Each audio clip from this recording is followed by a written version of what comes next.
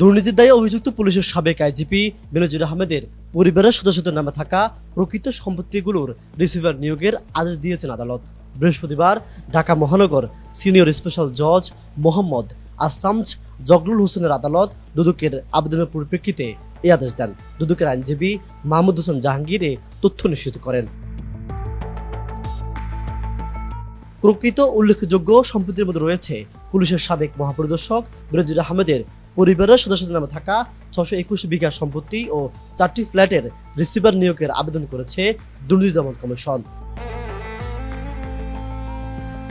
দৈনিক কালের কণ্ঠে বেনজিরের ঘরে আলাদিনের চেরাগ শিরোনামে পুলিশের সাবেক মহাপরিদর্শক ও র্যাবের সাবেক মহাপরিচালক বেনজির আহমেদের বিপুল পরিমাণ অবৈধ সম্পদ নিয়ে সংবাদ প্রকাশিত হয়। এরপর থেকেই বেশ আলোচনায় পুলিশের সাবেক আইজিপি।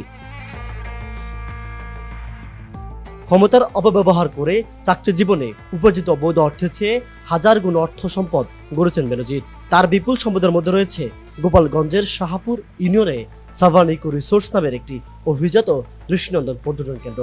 এছাড়াও তার স্ত্রী ও 2 মেয়ের নামে দেশের বিভিন্ন এলাকায় অন্তত 6টি কোম্পানির খোঁজ পাওয়া গেছে। 5টি প্রতিষ্ঠানে বিনিয়োগের পরিমাণ 500 কোটি টাকার বেশি। ঢাকার অভিজাত এলাকাগুলোতে বেনজির আহমেদের দামি ফ্ল্যাট, বাড়ি আর ঢাকার কাছের এলাকায় বিঘার পর বিঘা জমি রয়েছে। 2 মেয়ের নামে বেস্ট হোল্ডিং ও 5 তারকা হোটেল লা মেরিডিয়ানে রয়েছে 2 লাখ শেয়ার। পূর্বাঞ্চলে রয়েছে 40 কাঠার সুবিশাল জায়গা জুড়ে ডুপ্লেক্স বাড়ি, যার আনুমানিক বাজার মূল্য কমপক্ষে 45 কোটি টাকা। একই এলাকায় আছে 22 কোটি টাকা মূল্যের আরো 10 বিঘা জমি।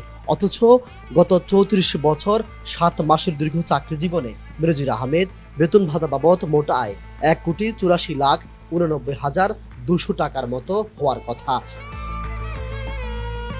বেনজির আহমেদের বিরুদ্ধে ওঠা অভিযোগ অনুসন্ধানে দুদকে চিঠি দেন সংসদ সদস্য ব্যারিস্টার সৈয়দ সাইদুল হক সুমন। পরে অনুসন্ধান শুরু করে সাংবিধানিক প্রতিষ্ঠান।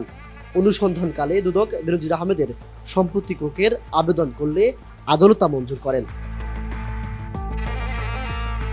তবে দুর্নীতির দায়ে অভিযুক্ত এই পুলিশ প্রধানকে সপরিবারে তলব করে দুদক। আজ 6 জুন দুদকে হাজিরার কথা থাকলেও যাননি তিনি। গতকাল দুদকের জিজ্ঞাসাবাদে হাজির হতে 15 দিনের সময় চেয়ে আবেদন করেছেন পুলিশের সাবেক আইজিপি। জুনায়েদ আল হাবিব, কালের কণ্ঠ।